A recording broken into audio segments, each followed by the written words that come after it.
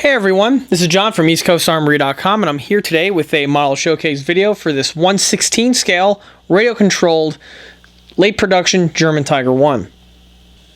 Unlike many of the other smaller scale builds which are posted on my channel, in which those builds are built for private commission and belong to a private collector, the model that you see here was built for my own personal collection and is not for sale and or purchase. However, as I often mention in these videos, I often take on commission build projects from scales ranging between 1/35 scale all the way up to 1/6 scale. As for availability and pricing information, that information would be best by contacting me through the email address listed below, which is info@eastcoastarmory.com.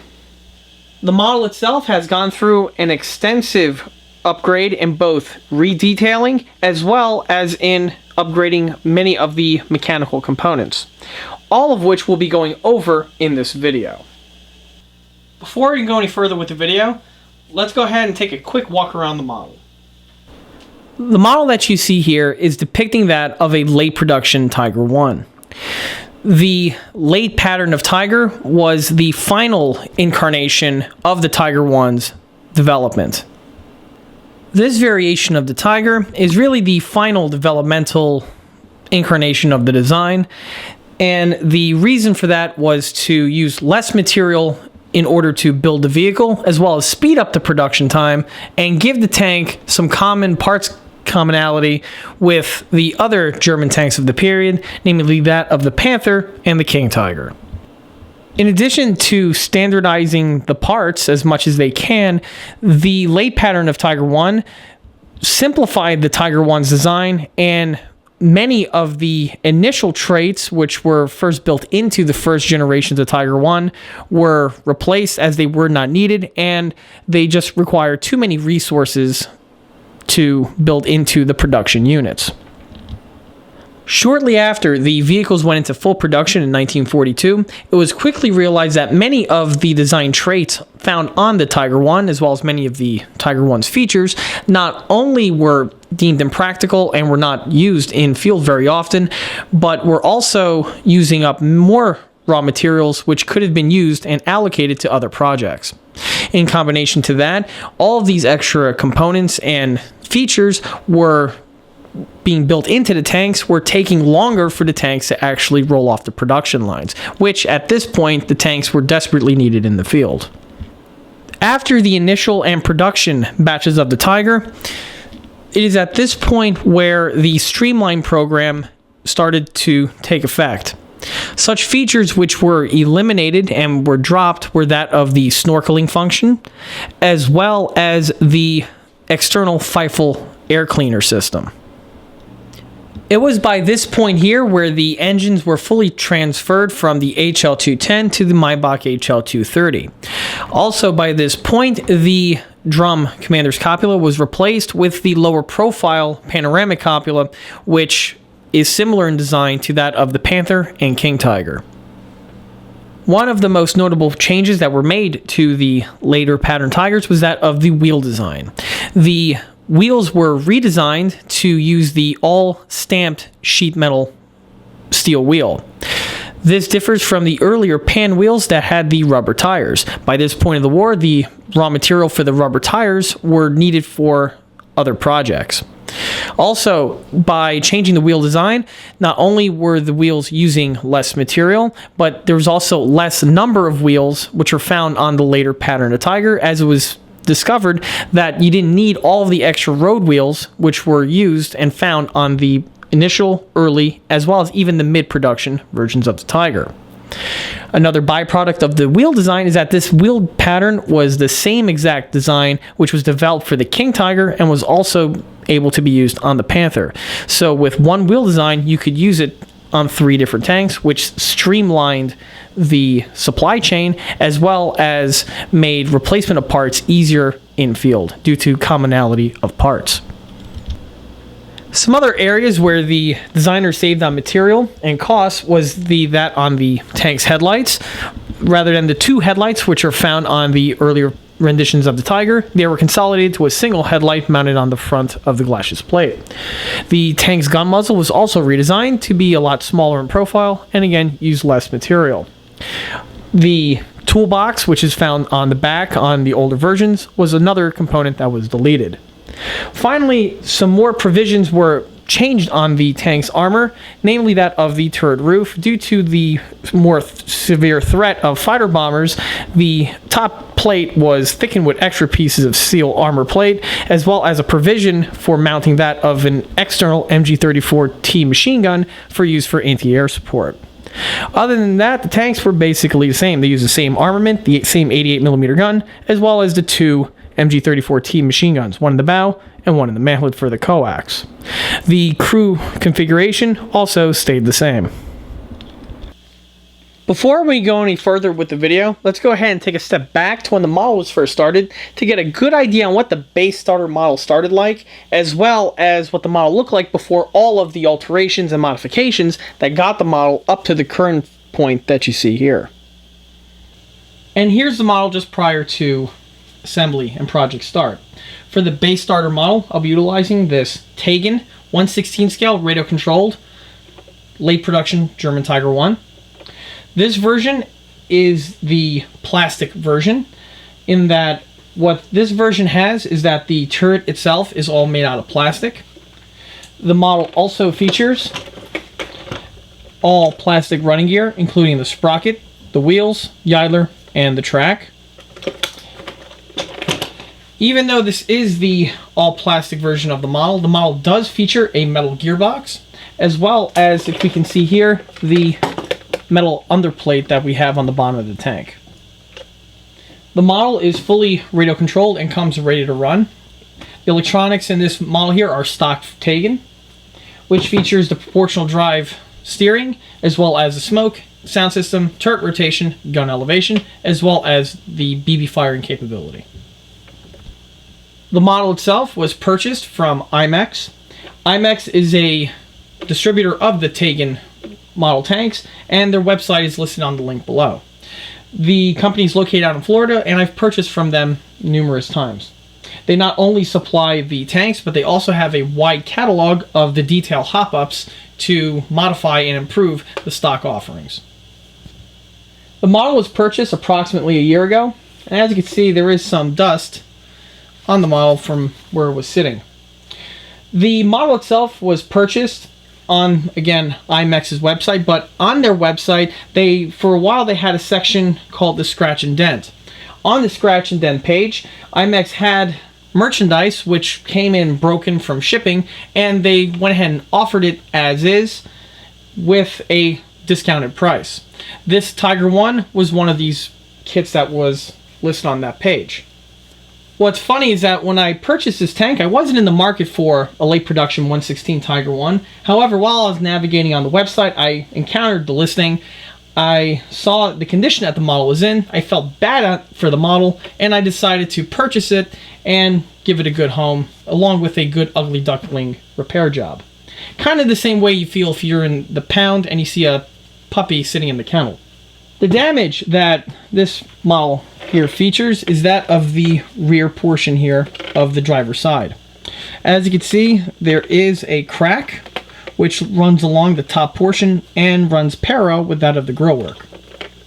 Other than that, the only other damage that the model occurred was that of the commander's copula, which must have taken some kind of an impact during shipping and was a clean break. However, this actually turns out to be a improvement and saved me a little bit of time, of which I'll go over further down in the video. As for the kit itself, the kit is really nothing more than a upgraded version of the early production Tiger, which was made by Taigen. And that model can be traced all the way back to the Henlong, and can really be traced all the way back to the Tamiya 1/16 scale Tiger I full option kit.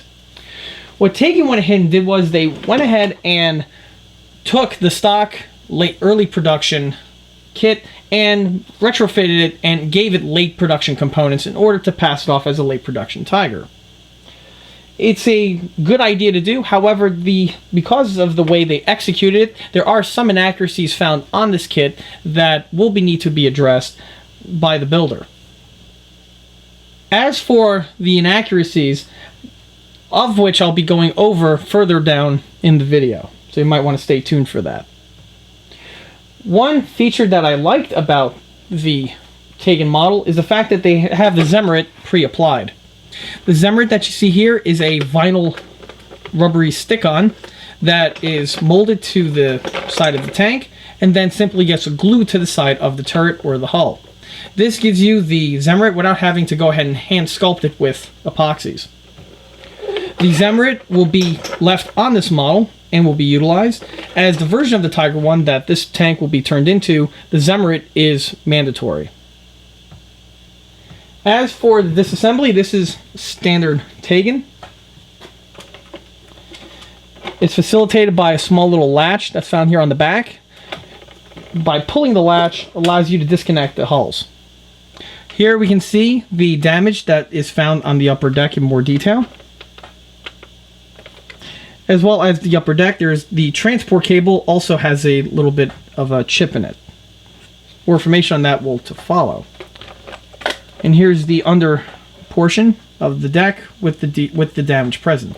Obviously, this will be the first area that will be fixed on the start of the project build. Other than that, the interior is all stock Taigen, that of the turret turner, the BB gun, and the gun elevation, which is found on the inside of the turret. The hatches are fully functional, which is a nice improvement over the Henlong offering, in which the hatches are molded to the tank.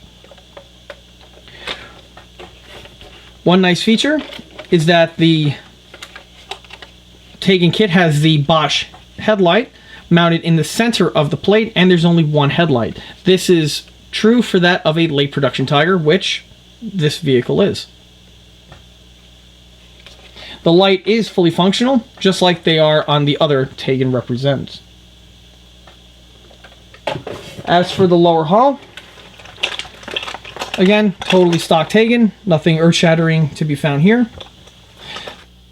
Starting with the tank suspension, the road wheels that you see here are stock with the Taigen model. They were not changed or altered in any way.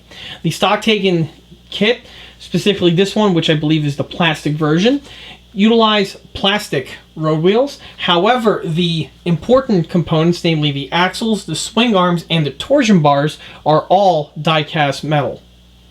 The tank's road wheels have a very nice roll to them, and the suspension itself is very strong and stout and is more than enough to hold up the weight of the tank, and issues such as sagging or any type of struggle to keep the tank up on its own weight is not present with this version that you see here. While on the wheels and the torsion bars, it is important to note that on this model here, there was an issue with the first torsion bar. The model was running fine prior to construction, and then after construction, I was test driving the model on a tile floor, and after a few laps around the floor, the swing arm snapped for this road wheel located here in the front. What's interesting to point out was that the tank was not being driven on adverse terrain or an adverse way. It was just being driven on a flat tile floor. The piece was a simple snap, and unfortunately die-cast is not a material that you can repair, and the piece has to be replaced. Fortunately, spare parts are very easily obtained through the imex's website, with the links that are found in the video description listed below. The replacement parts arrived, and the one nice feature about the Taigen tanks is that the components are all held together and are bolted together with a modular type assembly. So the wheel and the torsion bar were simply removed from their mountings, and the new one was repainted and reinstalled. The repair job was very quick, and once done, the tank was fully operational again. As for why the piece cracked, it's hard to explain. This model is a scratch and dent version. Perhaps there was a impact somewhere in the tank's history in this portion here of the vehicle, or it could just possibly be a faulty swing arm that was made from faulty material from the die-cast molding. Regardless, the piece now is repaired, and I have a whole bag of spare swing arms in case an issue like that is to happen again. Moving from the wheels takes us to the sprocket, track, and rear idler. As what was seen in the starter footage of this model, the stock components for these three pieces were made of plastic. One of the replacement and mods that I did very early on was replacing the plastic parts with that of metal ones. This tank does feature die-cast metal track, sprocket, and a rear idler wheel. All three of these components were also procured from imex's website.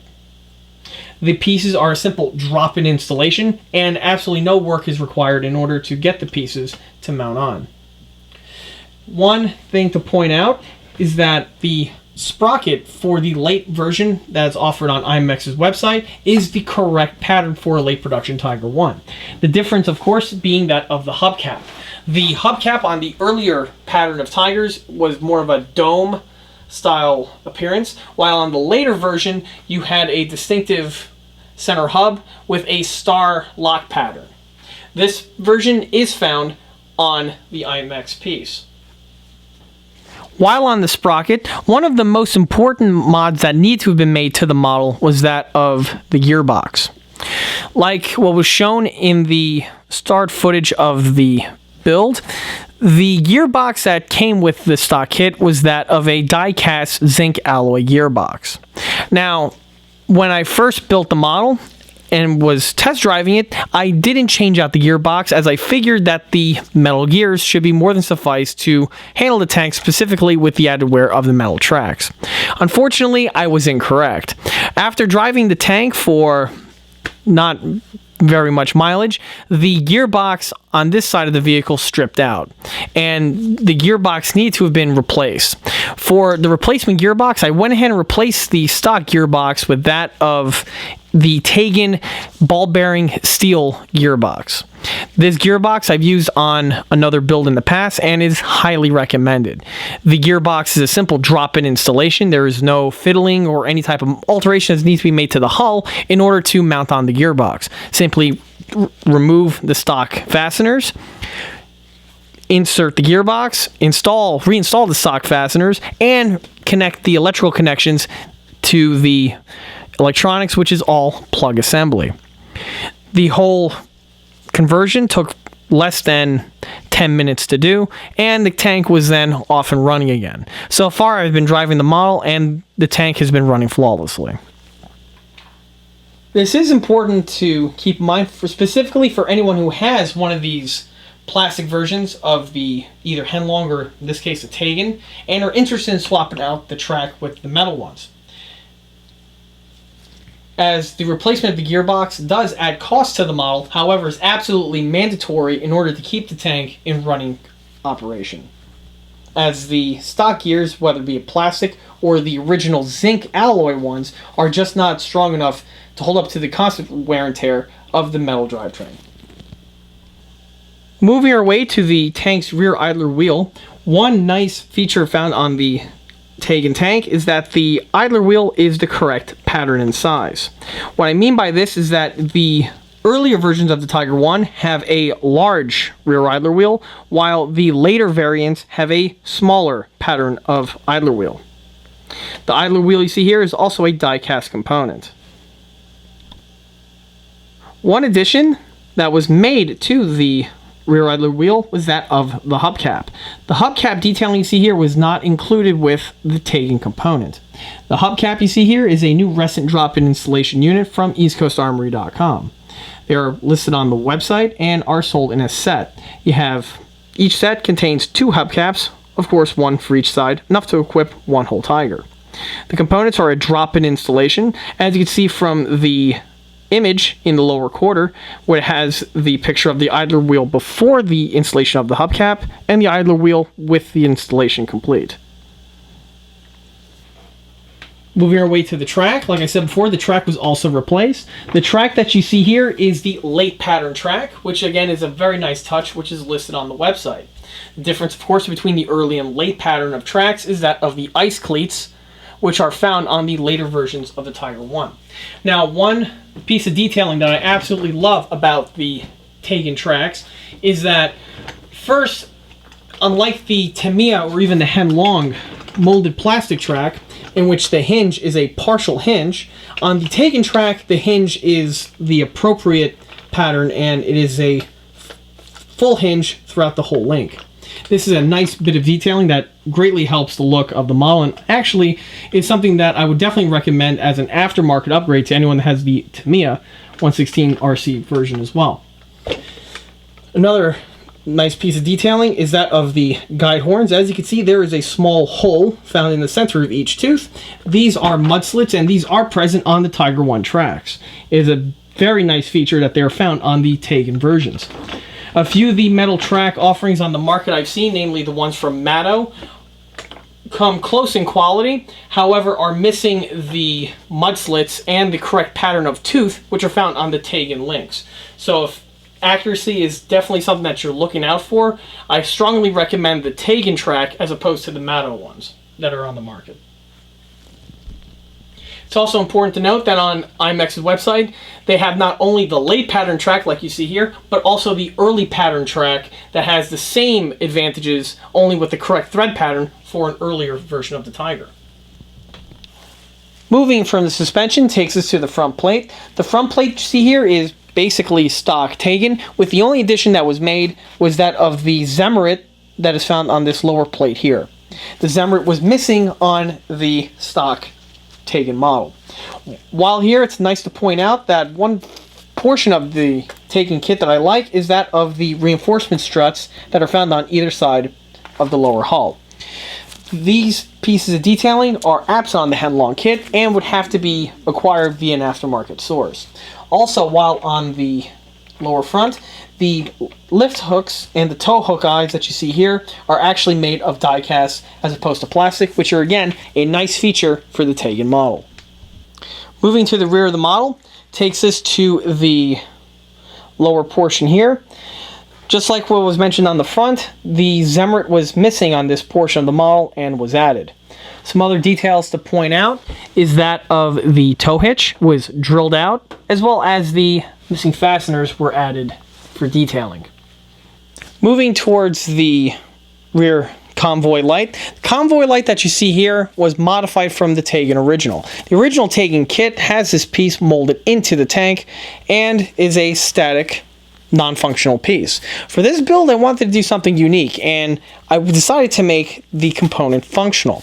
What I went ahead and did was I deleted the center molded in plastic portion and replaced it with a clear plastic tube.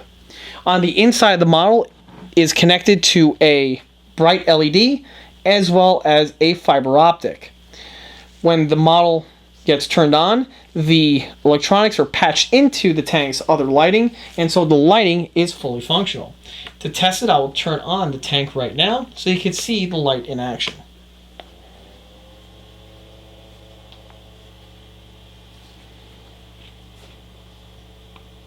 On the opposite side of the model takes us to the jack. The jack that you see here is the EastCoastArmory.com resin unit, and the stock plastic jack was simply swapped out for the ECA resin one.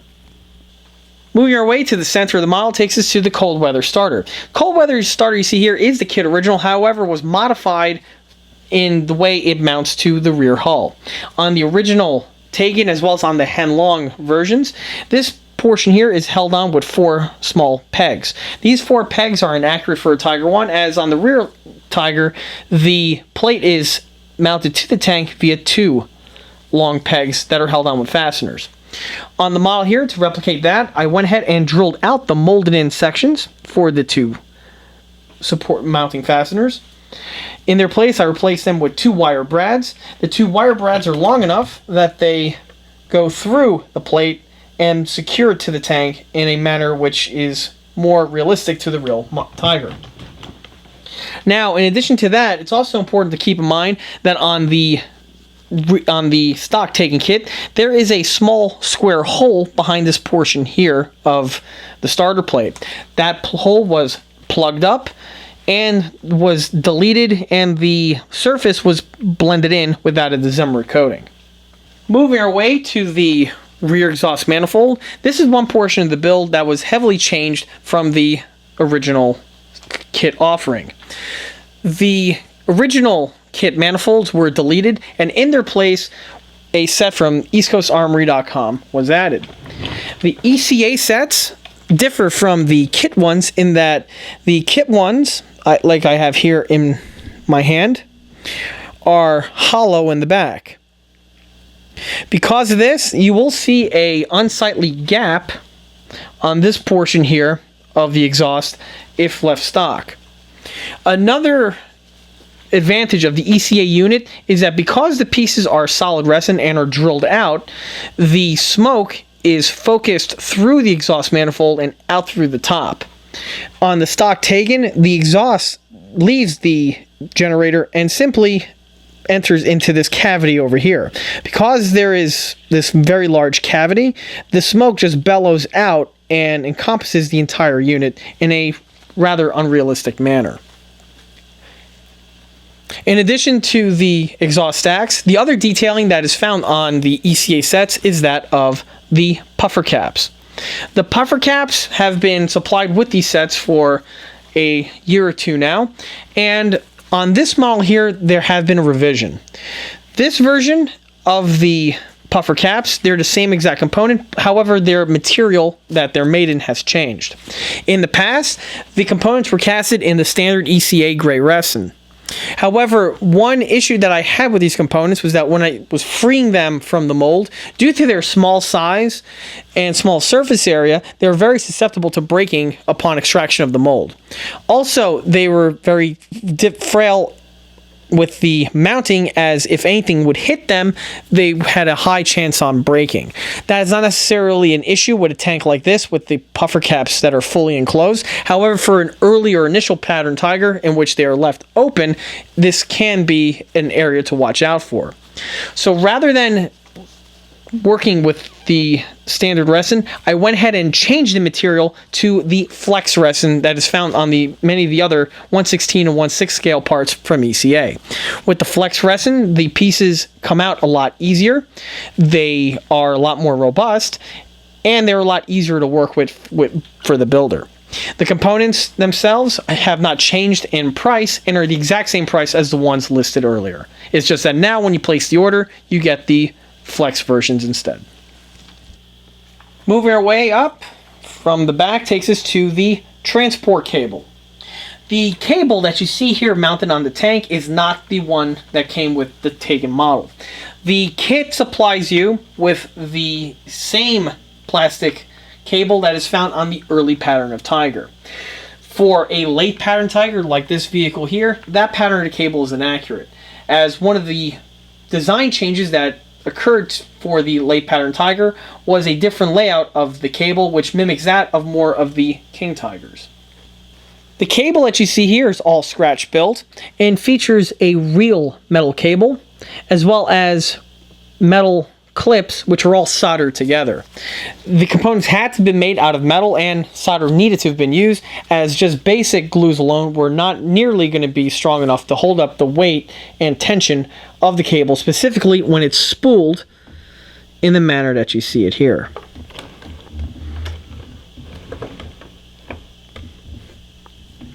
By swapping out the cable really enhances the accuracy of the model, and also having a real cable with its bends and dips really makes it stand out from just using the stock molded plastic cable which are supplied with these models.